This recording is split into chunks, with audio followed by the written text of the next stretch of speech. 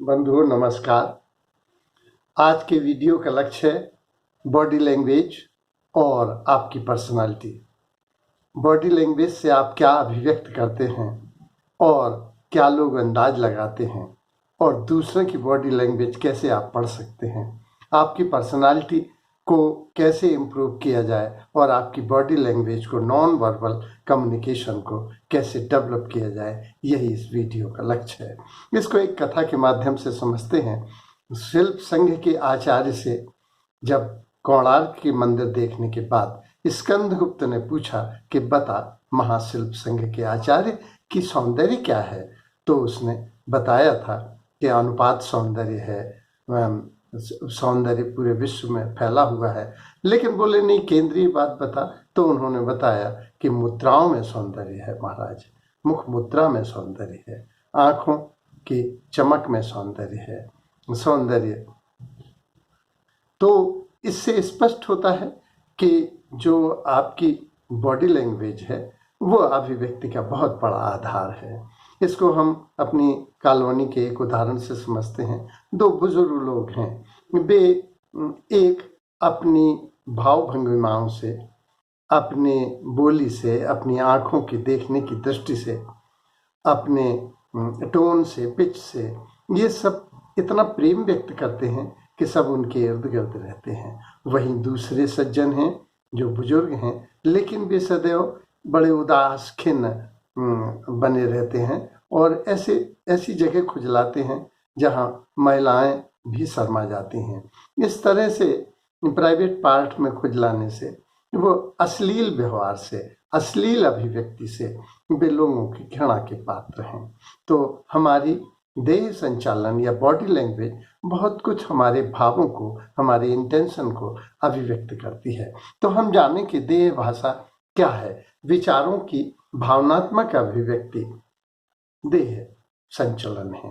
देह संचलन का केंद्रीय जो हमारी भावनाएं होती हैं, उनका यह केंद्रीय महत्व का काम करता है, क्योंकि अभिव्यक्त भावनाएं, देह संचालन और नजरें, मूवमेंट्स एंड गेज, ये एक्सप्रेस करता है कि हमारा इंटेंशन क्या है, लक्ष्य क्या है, हम क्या हैं। ये हमारे उद्देश्य को व्यक्त करता है, यह अनुभव को व्यक्त करता है, यह हमारे समस्त व्यक्तित्व को एक क्षण में व्यक्त कर देता है।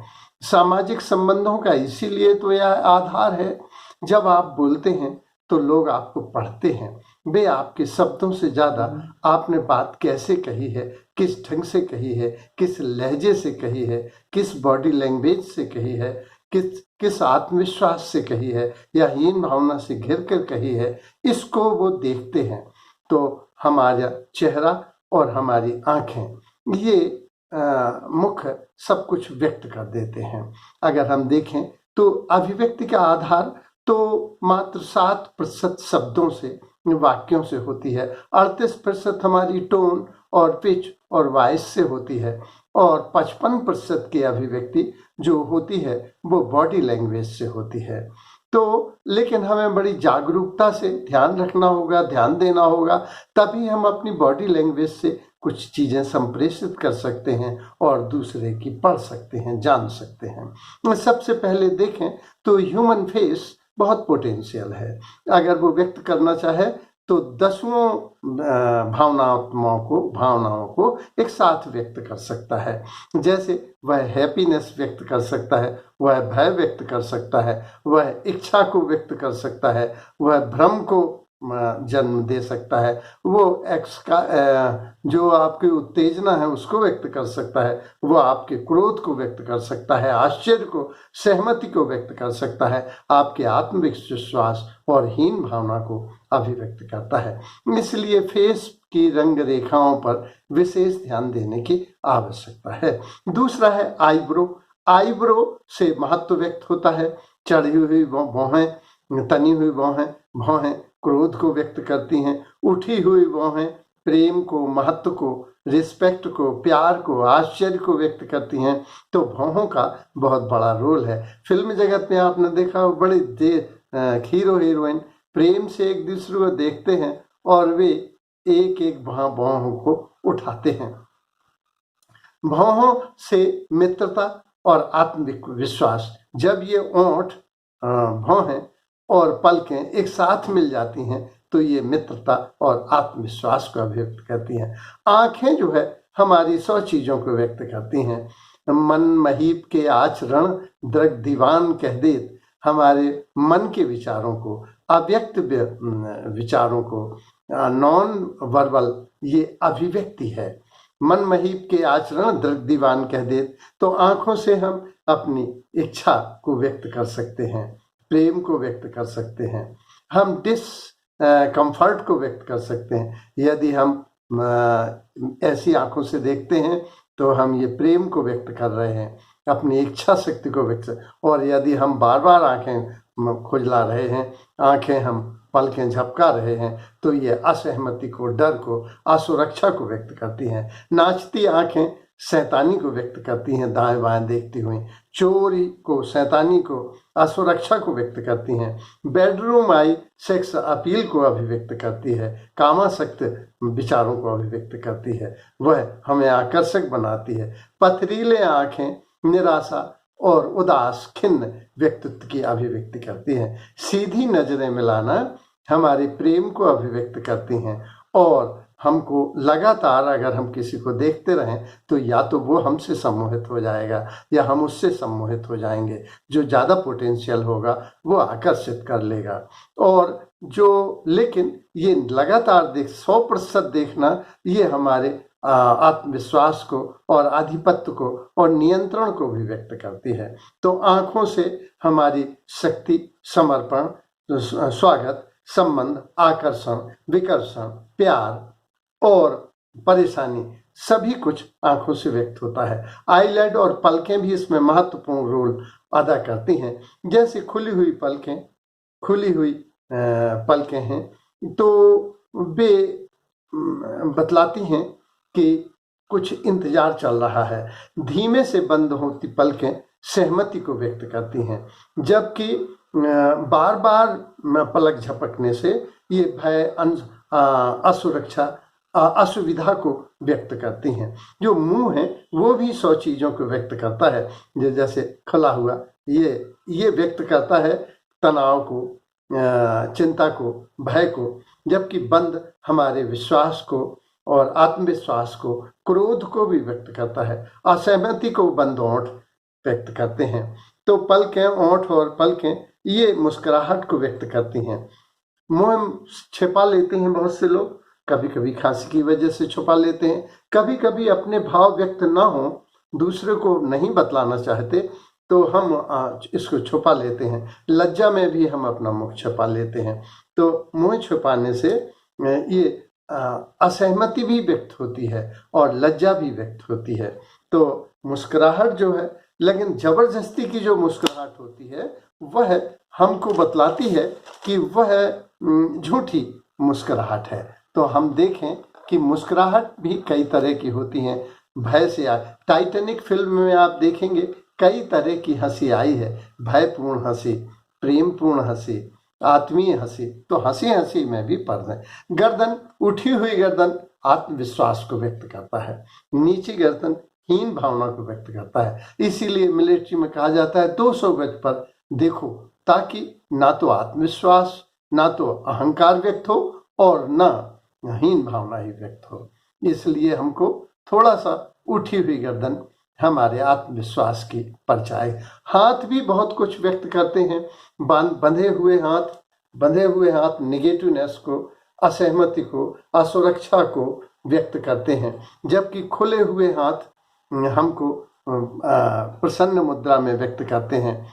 तो हाथ ओपन होना माने रुचिपूर्ण है, सहमतिपूर्ण है, धनात्मक व्यक्तित्व है। ये ऋणात्मक व्यक्तित्व है, असहमति को व्यक्त करता है।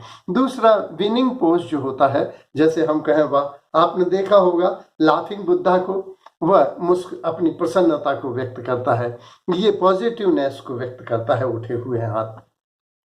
बहुत से लोग कमर पे हाथ रख लेते हैं। कमर पे हाथ रखना माने तैयार हैं। बहुत से लोग पीछे हाथ रख लेते हैं, ये थके हुए व्यक्तित्व की निशानी है। कुछ लोग हाथ सर पे रख लेते हैं, तो ये थके और बोरियत की निशानी है। कुछ लोग हाथ यहाँ रख लेते हैं, ये विचार मग्न होने का और निर्णय को प्राप्त करने का, निर्णय को पाने की प्रतीक्षा है, चाहे वो दूसरे से मिले या अपने से ही मिले। इस तरह से हमारे जो हाथ हैं वो जैसे खुली हुई हथेलियां ये स्वागत को व्यक्त करती हैं, जबकि ये बंद को व्यक्त, अब सब कुछ समाप्त हो गया, तो हम ये इस तरह से व्यक्त करते हैं। जबकि किसी को आमंत्रित करना है, आप हमारे यहाँ आइए, है ना, यहाँ बैठिए, ये खुली हथेलियां पॉजिटिवनेस को व्यक्त करती हैं, ये बंद व्यक्तित्व को प्रदर्शित करती हैं। जो स्पर्श है वो तो पशु पक्षी भी जानते हैं। आप गाय के ऊपर हाथ फेरिए तो वो ऊपर गर्दन उठा देती है, जबकि वही हाथ जब कसाई फेरता है तो उसके रोए खड़े हो जाते हैं। तो स्पर्श तो लेकिन जब जोर से स्पर्श किया जाता है तो वो भयभीत करने के लिए क्रोध को व्यक्त करता है। धीमे से स्पर्श प्रेम को व्यक्त करता है। लेकिन आपसी दूरी भी बहुत कुछ व्यक्त करती है। अगर कोई 6 इंच से 1.5 फीट के बीच आया है तो वो अति आत्मीय है, वो गले मिलना चाहता है, वो प्यार करना चाहता है, वो आपसे अति निकटवर्ती होना चाहता है। और व्यक्तिगत निजता में कोई हाथ मिलाता है तो वो 1.5 फुट से 4 फीट के बीच होती है, मित्रतापूर्ण संबंध है। और एक सामाजिक होता है, जैसे इलेक्ट्रीशियन से या प्लम्बर से हम 10-12 फीट की दूरी से बात करते हैं। तो अब हम जाने कि पॉजिटिव लैंग्वेज क्या है, जिसको हम, एक तो झुका हुआ सर सहमति को व्यक्त करता है। हाथ मलना माने उत्तेजना को, सहमति के साथ उत्तेजना को व्यक्त करता है। पीछे हथेलियां ले जाना समाप्ति को व्यक्त करता है। खुली हथेलियां सहमति को और ईमानदारी, उदार व्यक्तित्व को, वफादार व्यक्तित्व को व्यक्त करता है। ठुड्डी पर हाथ रखना माने विचार मग्न होना। हाथ मिलाना माने आत्मविश्वासी होना, उस पर विश्वास किया जा सकता है। जो हाथ मिला रहा है वह आपसे, आंखें मिला रहा है वह आपसे सहमत है। एक है कि हमें तो अपनी तैराकी पे पूरा एतवार था, पर जब तेरी आंखों में देखा तो हम डूब चुके थे। हमें तो अपनी आंखों पे बहुत गुरूर था, हमें तो अपनी तैराकी पे बहुत गुरूर था, पर जब तेरी आंखों में देखा तो हम डूब चुके थे। तो ये सहमति का व्यक्त होता है। जैसे हाथ मिलाना सहमति व्यक्त करता है, उसी तरह से आंखें मिलाना, हाथ मिलाना सम्मान, मित्रतापूर्ण फर्म हाथ मिलाना। लेकिन हाथ को ढीला कर लेना, बाद में या तिरछा कर लेना भय का प्रतीक है। यदि कोई थपथपाता है तो इसके माने वो आपसे अति आत्मीय होना चाहता है। निगेटिव बॉडी लैंग्वेज को भी समझें, क्योंकि निगेटिव हमें बताता है असुरक्षात्मक है, विद्रोही है, अरुचिपूर्ण है। और पॉजिटिव एटीट्यूड बतलाता है कि आदमी सुरक्षित महसूस कर रहा है, वह समर्पित व्यक्तित्व है, वह रुचि ले रहा है आपकी। जैसे नाखून काटना, ये तनाव, नर्वसनेस का है, असुरक्षा का है। उंगलियां चटकाना, ये बोर या थकान का महसूस करता है। बार बार नाक छूना, या तो वो कोई चीज याद कर रहा है, या वो आपकी बात को निरस्त कर रहा है, या वो नाक को छूकर झूठ बोल रहा है, या विस्मृत चीज को स्मृति में लाने के लिए भी आंख बोलता है। हाथों के पीछे सिर लगाना माने बोर होना या थकना है। घड़ी देखना या कंगन अंगूठी देखना या इधर उधर देखना, ये बात बताता है कि अब आपकी बातों में उसे कोई रुचि नहीं है। तो इसको देखना। कुछ स्टोनी फेस होते हैं जो उदास हैं, खिन्न हैं, निगेटिव एटीट्यूड वाले हैं। ऐसे स्टोनी फेस होते हैं जिनके फेस से कुछ व्यक्त नहीं होता। आपका व्यक्तित्व ऐसा नहीं होना चाहिए। How to improve our personality and improve your body language. सबसे पहले यह है कि आपकी पर्सनालिटी को आपको सुंदर दिखना चाहिए। जैसे आप बाल ठीक से बनाएं, आप सेविंग समय से करें, अच्छे वस्त्र पहने, अच्छी मेलोडिक वाणी बोलें, अच्छे सौहार्द मित्रतापूर्ण रहें, तो आप सुंदर लगेंगे। आप स्माइलिंग फेस रहें। आप देखें जिसको भी आप चाहते हैं, जो आपका फ्रेंड है, जब उसकी आप याद करेंगे तो वो आपको मुस्कुराता हुआ ही याद आएगा। तो इसको हम वैभव से भी व्यक्त कर सकते हैं। अच्छा परफॉर्मेंस दें, अच्छी सुगंध दें, अच्छा हम तरोताज़ा रहें, नहा धो के रुचिपूर्ण रहें। हमें अपनी मुस्कुराहट से सदैव तरोताज़ा रखने का संदेश मिलता है। और हमें पॉजिटिव रहना चाहिए। दूसरा, हमको शांत सौम्य व्यक्तित्व को सभी पसंद करते हैं। बहुत जल्दी वाले को, हड़बड़िया लोगों को लोग पसंद नहीं करते।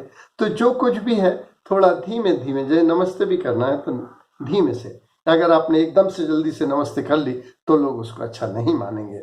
उसी तरह से खुले हाथ आपकी पॉजिटिवनेस को व्यक्त करते हैं।